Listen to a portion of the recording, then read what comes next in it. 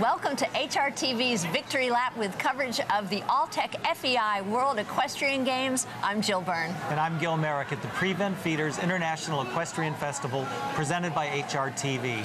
And Jill, we had another opportunity to go out to the horse park today, and you got a special treat today. Yes, I did. You know, the weather was a little cold and blustery out there, but it certainly didn't dampen the excitement, and I got the dream of a lifetime today. Let's take a look. All right, Beamer, are you ready? We're going to the right. Okay, so same thing, kick with this one and pull. Keep that leg open. Keep that leg open. Now take your leg off of him. Very good. There you go.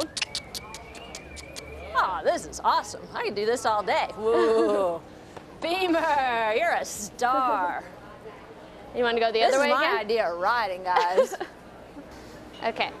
Now when you stop, you're going to sit really deep. Right. And you're going to lean back just a little bit. Like that's perfect. And legs out. Legs out. And heels down. Gotcha. All the way over on there. So if you'll just walk him and say whoa and get in that position. Okay, go ahead so and go just go ahead and walk a little bit and then get in that position and say whoa. And pull just a little bit. Whoa.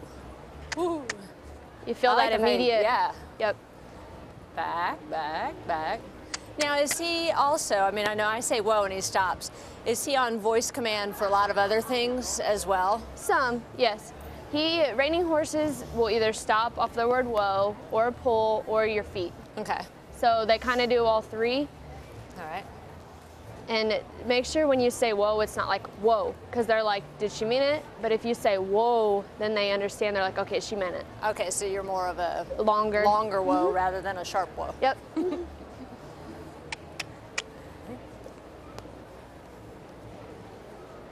Whoa. Oh, yeah.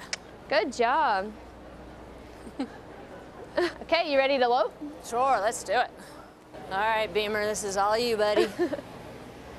And you're just going to hill lope off when you send him. Right. And you're going to focus. So he knows what I want him to do right now. Yep. You're going to look straight at the Kaiser sign. Yes. Or look right above it, Beamer, kind of where the buildings. And you're going to run straight to it.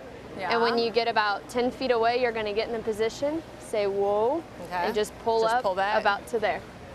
All right. And send them off on whatever lead you feel comfortable. See that, Beamer, or we're going over the Kaiser sign. So he'll just automatically break into a... No, he won't. And just keep pushing him. Until he gets going? Yep. All right. Just keep sending him. All right, come on. Whoa. Woo! Yeah. Oh, you are the best. Okay? Okay. Ready? Let's go. Whoa. Woo!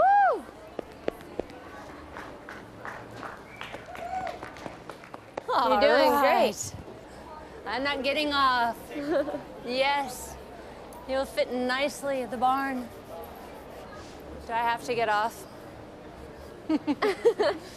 Wow, what a great experience, Jill. I know the sport of reining has become more and more popular, and what a great opportunity for you to be able to get on such a neat horse. Well, they definitely picked up another one in me today. I think the girl that was training me today was a little concerned I was going to run off with Beamer. Well, they did keep the gates closed. There was a clear and present danger you were going to do that. Yeah, she didn't let me too far out of her sight, but that was really a lot of fun. Yeah, I enjoyed it looks that. like it, and I look forward to an opportunity myself to give that a whirl. HRTV's Victory Lap is brought to you by Prevent Feeders. Welcome back to HRTV's Victory Lap. And Gil, you and I have had a lot of conversations about our backgrounds in riding, and mine was show horses, race horses. Dressage was always something that was a real enigma for me. Well, I think it's great today that you had an opportunity with the help of some technology to get a real feel for what's required on a dressage horse. And I know for you, you've been the dressage background, but kind of thought my racehorse background was a little fearful, and thanks to a little bit of technology, you got to check out what I've done for a living. Let's take a look. There you go. Yeah, so sometimes what happens is people's seat bones pop out of the saddle, which takes away a lot of your control and a lot of your balance on the saddle. Okay, this is the medium canter. Okay, medium canter. It's probably the speed you go on a slow day, okay? Yeah, this is me on a slow day. This would be you on a slow day. If America can get up to 45 miles an hour, then we're rocking. Now we've mastered the seated trot. Very nice. And I am going to just change your hands now for see, you. that's a totally different from my riding. Ours is like this. And All right. in fact, I think the jockeys in England have to get their racing card on his simulator. On this thing, okay. Yeah, it's really neat. Me and America are having a heck of a ride out here. There's some jumps. We might head over a few of those. And then from here, we're going to gallop on back to the studio. See you in a minute. Race you back to the studio, Jill. Well, as you can see, we both made it back here, and I'm going to call it, I'd say, a dead heat. Dead heat, although I might have had the better horse. I'm not so sure. Hey, you were closer. You were on the racehorse. You're That's faster. true. Well, many of the perks for the fans that come here to Lexington to enjoy the World Equestrian Games and the International Equestrian Festival is that they get to have the opportunity to go on horse farm tours, and there are certainly plenty of those to see here in Lexington, the Bluegrass State. And right now, we are pleased to be joined on the set by Case Clay, president of one of those farms, president of Three Chimneys. And Case, I understand you've been a little busy out there at the farm with the tours. It's been very busy, but very good. It feels like Derby week, where we get a lot of traffic coming to visit the farms. But a lot of people from different countries and different disciplines, horse disciplines, coming in to see the thoroughbred world, as it were. And that's what I was thinking, you know, as you said, so many different disciplines going on here, and the interest, though, that they would all want to come and see the stallions out at Three Chimneys, all the foals, the mares. It must be a very exciting time. It is, and it is for us as well. As people from Kentucky, we want everybody to come in and have a great experience in Kentucky. And then also introduce some people that don't quite know as much about thoroughbred racing to the thoroughbred world. So it's been nice for all of us. Yeah, so many people are familiar with the images of these beautiful farms and the thoroughbreds in the pastures. Could you tell us a little bit about the life of a foal and how their life start out and how they're prepared for their careers as a racehorse and maybe later as a performance horse? Yes, well, they're handled from day one. We get our hands all over them so that they feel comfortable when they get to the racetrack, and people are shoeing them, grooming them. So we're doing all of that, grooming and shoeing and handling from day one. And then turnout after only 2 days old with their moms. And so it prepares them for the racetrack. It helps their mind out, and then for maybe a future career in show jumping or something else. It's a similar experience for them. And I also understand that you all at Three Chimneys have a connection with several of the competitors that are out at the World Equestrian Games. We do. In fact, Mac McDonald on the New Zealand eventing team traces back to our roots. Our very first broodmare, broodmare in the first 9 that we ever had, and then it traces back to our very first stallion. So it's pretty neat. We've been cheering for Mac McDonald all week. And I think if I'm correct, we got the results from the eventing, and New Zealand got the team bronze. Oh, wow. And we got those. Okay.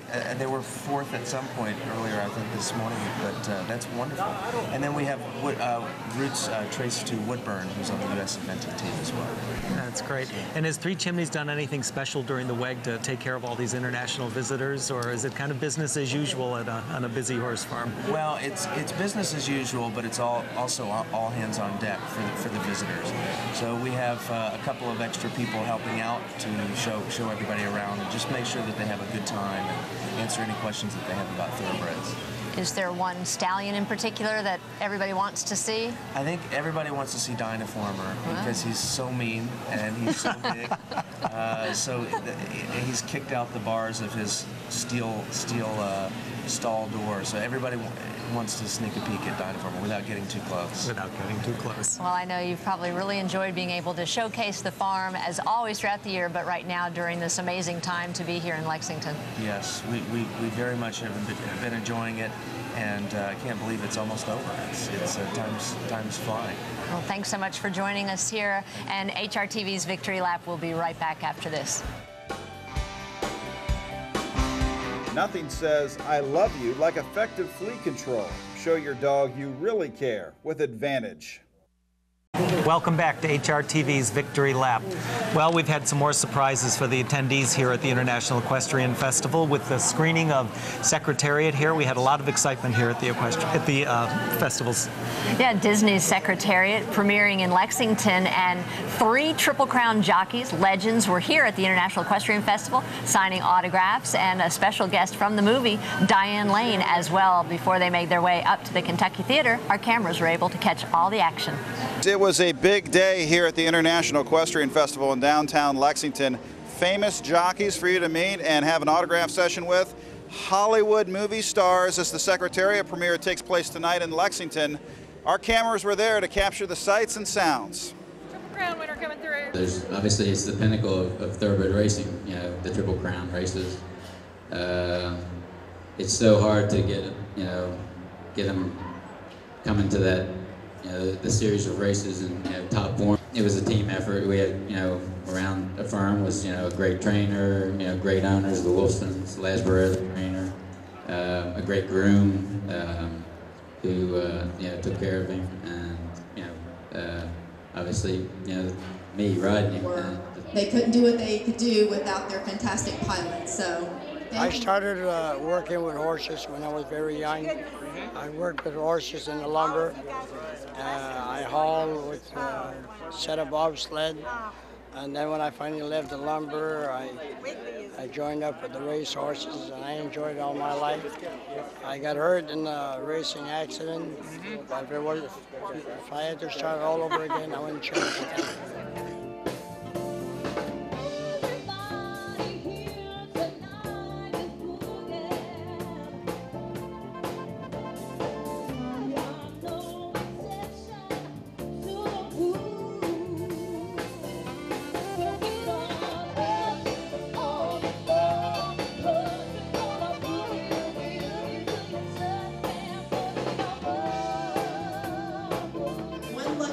For 2 tickets to the Secretariat special screening here in Lexington, Kentucky. The winner is David McCool.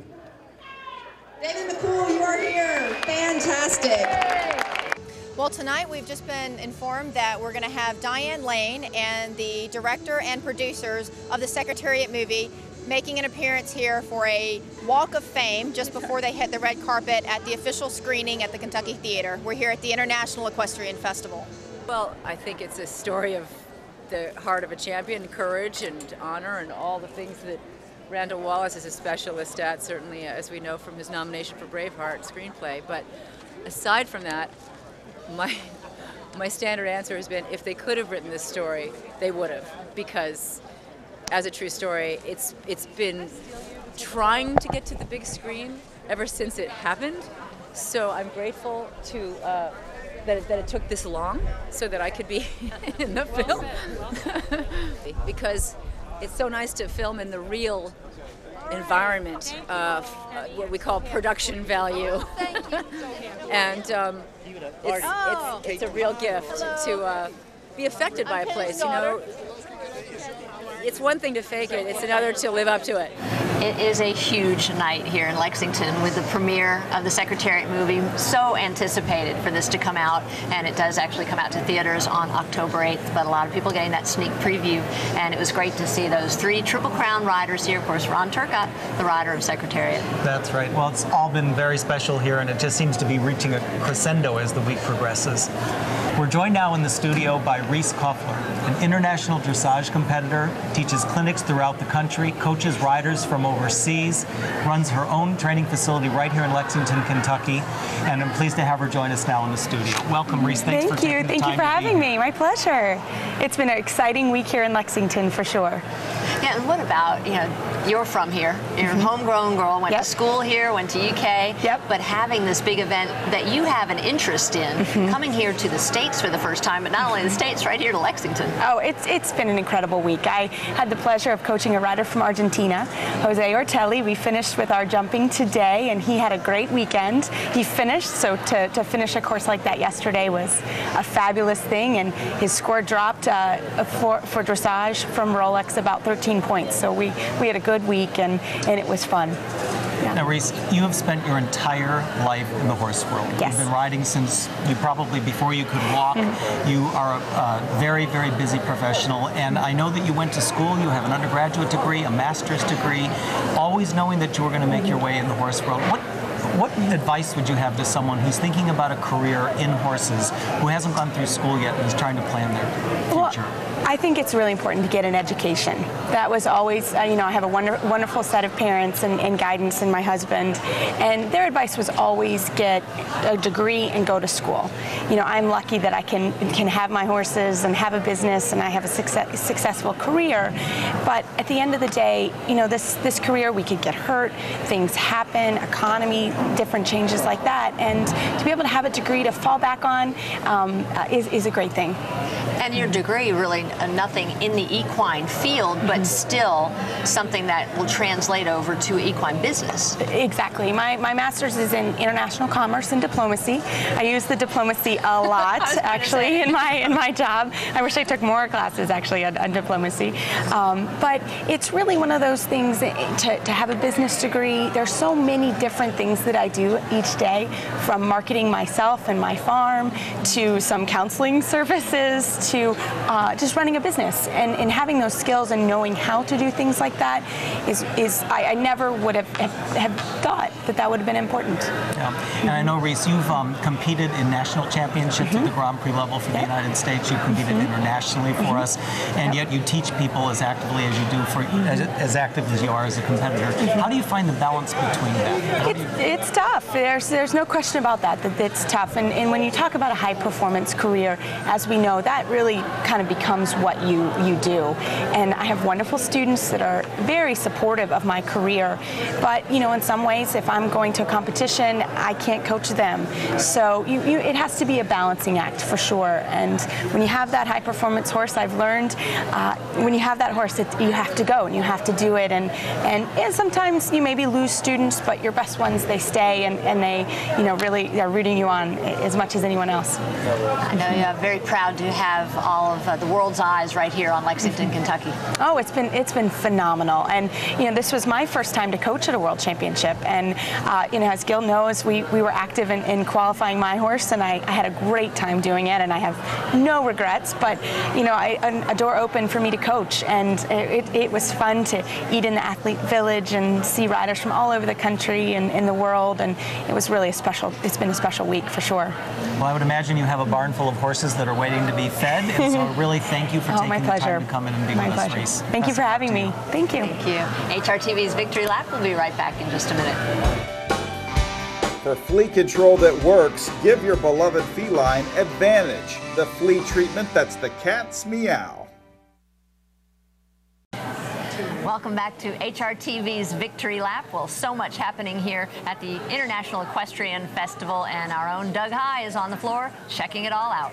Well, thank you, guys. You never know who you're going to run into out here at the International Equestrian Festival, and we found Annalise with her beautiful, beautiful booth here. To call it a booth doesn't do it justice. You basically built a log cabin here. Yes, we did. Just for the show. And the name of your business? It's Wild West Furniture and Accessories. Okay. Now, what really impressed me walking by Annalise was just the quality of these items. I mean, this isn't retail. This is custom-made, almost one-of-a-kind pieces. You don't see these in every store. Right. It's the best of the best. It's all handmade in North Carolina, and it's anything you want, custom. We can do custom-made things and everything. Just like I said, it's handmade. It's the highest quality that you can find. It's the best of the best. So I mean, it's great, and it's the best price. We have a lot of show specials here, and you can order whatever you want, and we'll do whatever we can for the best price that we can give you. Okay. So for folks that enjoy the equestrian lifestyle, the ranch lifestyle, the designs in here are just complementary to that life, yes? Right, yeah, we can do a lot of Western stuff, cowhides. I mean, you see a lot of tooled leathers, and we do a lot of different things, conchos. You see a lot of Western things, but you can do whatever you want. I mean, we can do any type of leather. We have hundreds of leathers and fabrics you can choose from. So anything that you're wanting, we can pretty much do. Very cool. And you guys are based out of Ohio? Yes. All right. Yes, we are. And invite people to come up to see you? Yeah, I mean, anytime. We do a lot of online sales, and we're going to be at the Quarter Horse Congress in Columbus. But yeah, if anytime you come into Ohio. Okay. So a big part of your customer base, definitely the equestrian crowd. Yeah, a lot of it. Yeah, we do a lot of equestrian shows. So yes, it's a lot of our customers. But I mean, we can take any customer that comes along. So there you go. All right. Well, we would invite you to stop by and visit Annalise and visit this beautiful display here. Check it out for your home or office. As she mentioned, top quality items right here from the International Equestrian Festival. We're going to send things back to Gil and Jill. All right, thanks so much, Doug. Well, so much happening and still to come tomorrow. Here's what you expect to see at the Alltech FEI World Equestrian Games. As well as the Prevent Feeders International Equestrian Festival presented by HRTV.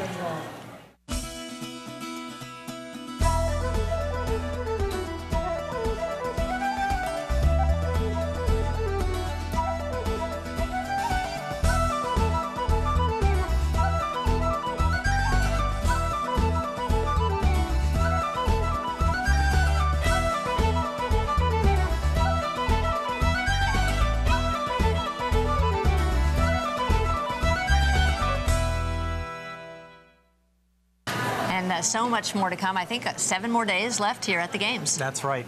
And the excitement will be mounting as we move into the next disciplines next week. I can't wait. For HRTV's Victory Lap, I'm Jill Byrne. And I'm Gil Merrick. Great having you with us. Thanks for watching.